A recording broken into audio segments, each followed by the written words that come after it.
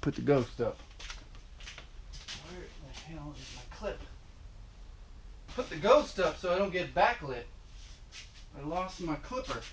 It's hot out here. Alright, Polly, let's have a chat. Crack a brewski. That is really freaking bright. I don't know why, but for some reason this light here, if I have it on, creates this haze. Hey, ooh. I did a live stream a couple nights ago, and it was supposed to be short. It was supposed to tell the story of motivation, because it is one of the most asked questions. Outside of how do you price this, how do you price that, the next most asked question is how do you stay so motivated to keep working or to do this smash concrete with a sledgehammer. I don't think I really got the point across. Did a crappy job of it. The live stream is available on Patreon for tier 1 patrons.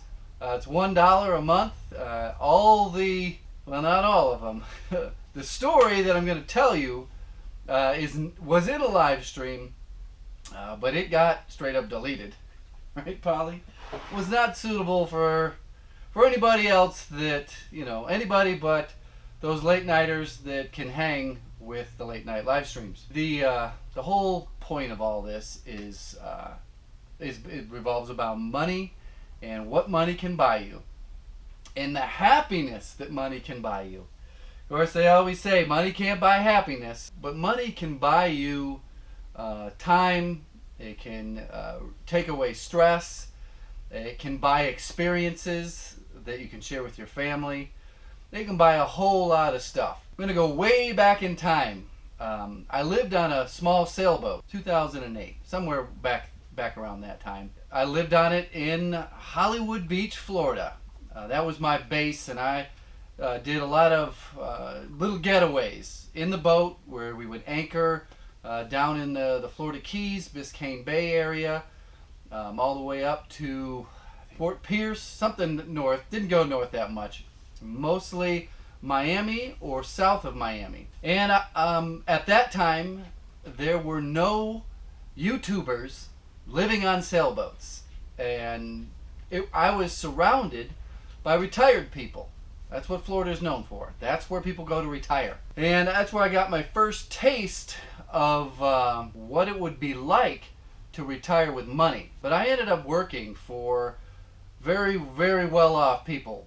People that they're not like the Elon Musks or the Steve Jobs, but they're 100 millionaires. And there were some that were only, maybe in the 10 millionaire type range. They all were pretty well set. They had no financial stresses at all. None. Their houses were paid off, their boats were paid off, their Mercedes were paid off. They had, reliable transportation to a lot of us is quite a luxury. You sit down and hang out. Good girl. Can you shake? Good girl. So I got real motivated, and I told the story of the Middle Eastern terrorist guy. I won't go into long details because his story is pretty awesome and pretty motivating, but it's just too long. And the gist of it is, he's a bootstrapper, a hard worker that doesn't give up and was extremely determined. And he's got houses all around the world. He had the largest yacht in the marina that I was living in. For some reason, thought I was a cool dude because I was in the marina. Was I 30 yet? I was like 31, and we're not going to get into too many details, but he said, well, how are you doing this? But anyways, every single day he'd have me on his yacht for cappuccino and a cigarette and would just talk business to me. Just talk business and tell me stories. These rich old guys, they love to tell their stories, especially when they worked for it. Not the guys that just, had a lot of money and well connected politically, got into Ivy League schools.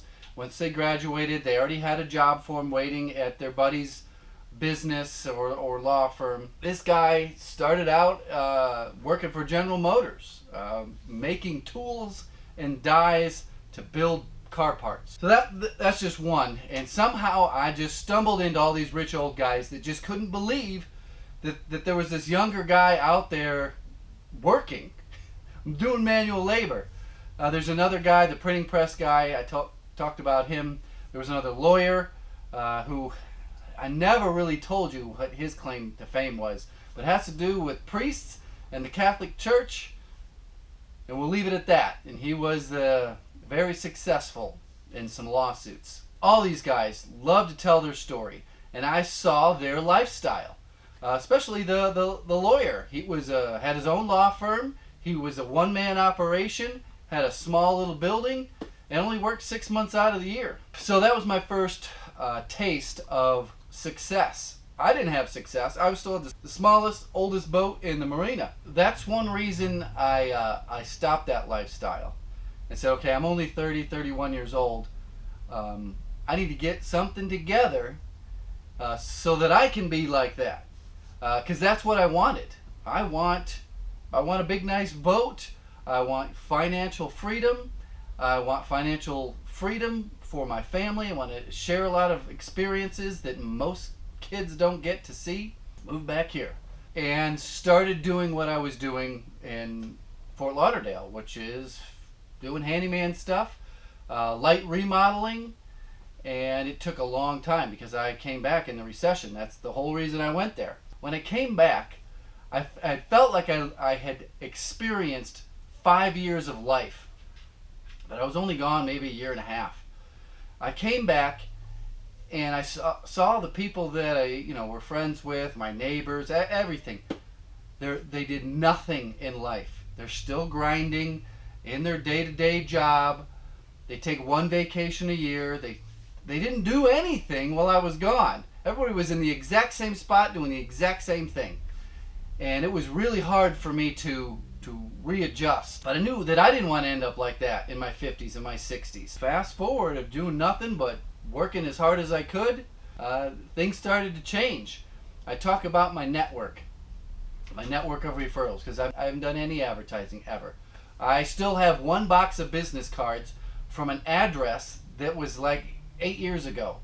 Yeah, about 8 years ago. That's it. I still never went through all the business cards. So things started to change. I got a girlfriend. I was able to buy her a ridiculously expensive diamond ring. The very next month, I was able to go out and buy a 36-foot sailboat. A big, big sailboat with a hallway and a bathroom and a shower and 2 bedrooms. And then for like the next 2 years, I was able to go to Florida every single month for 7 to 8 days. Well, in the wintertime. In the summertime, you don't want to be down there in Florida for 7 to 8 days. So I had this thing set up where I had all my clothes, my toothbrush, everything on the boat. All I would do was just buy these one-way plane tickets, get on the plane, and a few hours later, get off, rent a car, go to the boat. Was in a marina right on the beach with tiki bars.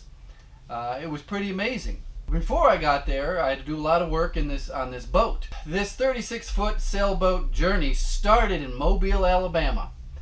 And what time of year was it? It was November when I finally went back there. It was cool enough to go back and work there. And I'm not sure if any of you are familiar with what the Great Loop is. Man, am I sweating like a maniac or what? Whew. You sweating? Let's wet my sweat on you. So I met up with a huge group of retired people at Turner Marina in Mobile, Alabama. And the Great Loop. So all these retired people, they go out and ventures. Do things that they wish they could have done, but they didn't have money to when they were younger. And I saw a range of people. There was the haves and the have-nots, all trying to do the same thing. And the have-nots was a good lesson. They are out there at 60, 70 years old, scrubbing, grinding, painting, fiberglassing, trying to keep their boat afloat to do this great loop. And then there were the haves. The people with the nicest boats, they just wrote a check or swiped a card. And the marina took care of their boats, keeping them afloat, because every boat needs to stay afloat. It doesn't matter how much it costs. They all have problems. And remember, there's this crossing. So you do this, intercoastal cruising, and you have to cross the Gulf of Mexico. And I was talking to, I think it was Thanksgiving. I was talking to all these group of boaters, and everybody's getting their route plans and talking about their gear. And I remember this one guy I was talking to, he's like, oh, I just set the autopilot and turn the TV on and enjoy cocktails. And the boat just takes me there. That's pretty cool. It was impressive. And I got to see his boat. The helm station, the helm room was like, had wood paneling. It was very luxurious. It was really nice. Now I did that same crossing with no radar, really no instruments except a compass and I had this radar deflector that you hoist up so that other people with radar can see you. It was stressful. I stayed up all night, sleeping in the cockpit, trying to take a little nap. But for the next, I don't know how long I had that boat, 3 years, I lived on that boat on and off in Florida, in the retirement capital, outside of maybe Arizona. And I got to see how people live their life. And it was very obvious. There's people that didn't plan, didn't work hard enough, and there's people that did plan and did work hard enough.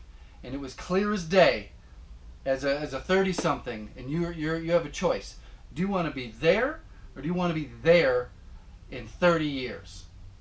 And it's just clear as day. I want to be there. That's what keeps me motivated. The closer you get to there, the more financial freedom you get, the harder it is to keep grinding, because you're no longer like in survival mode. And the harder the work, the more your body and the more your mind resist. They resist the hard work because it's not natural to push your body and your mind to those levels of stress. I talked a little bit about certain short-term fixes that'll just get you through that hot, sweaty day, or get you out into the mud, get you out into the cold and the snow. And you got to find your own. So there it is.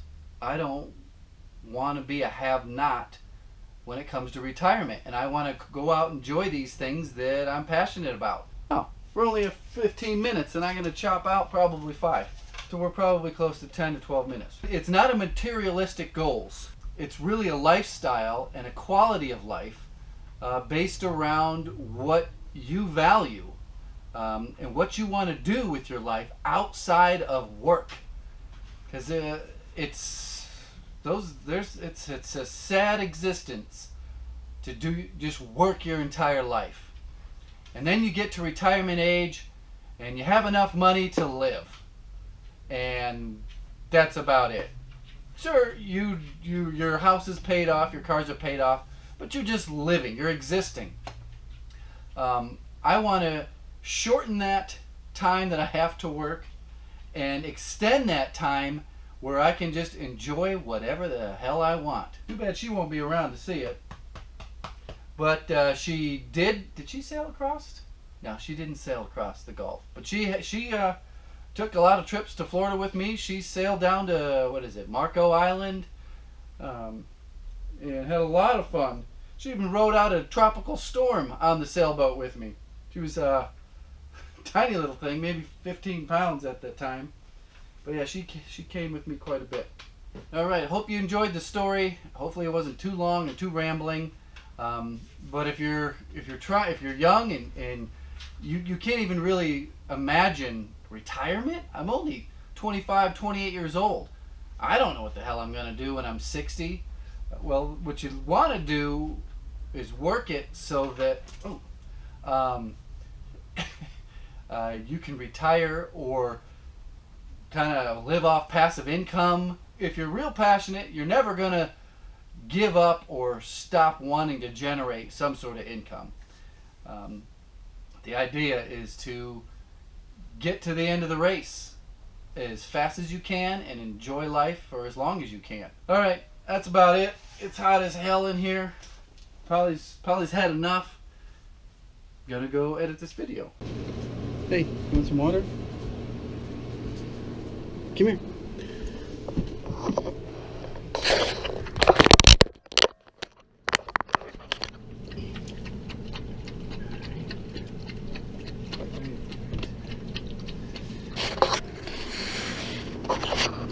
So everything looks just like I left it. Holly, what do you think? What do you think, huh? Hey, can you come up here? Hey, Holly. Come here. Such giant birds, huh? Oh boy.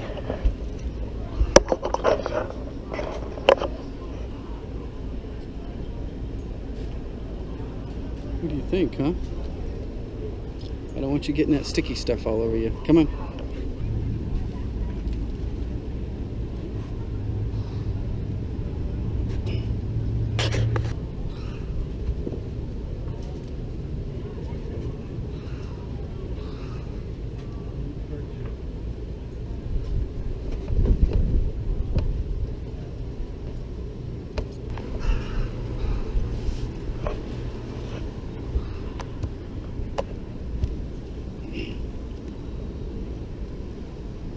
Lots of bird shit.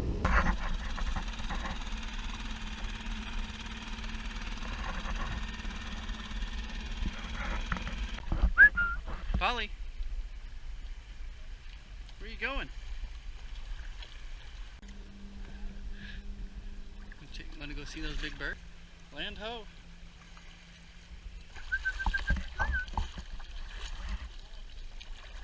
Come on. Good girl. Come on. Oh, let me get your leash up.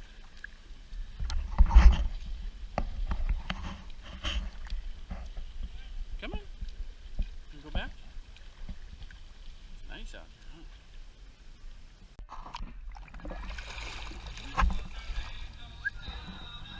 Come here. Come on. Come on, Polly. Come on. You can do it. Come here. Come on.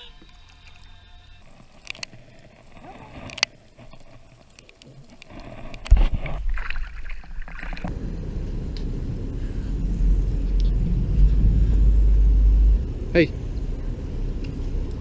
don't get too confident up here.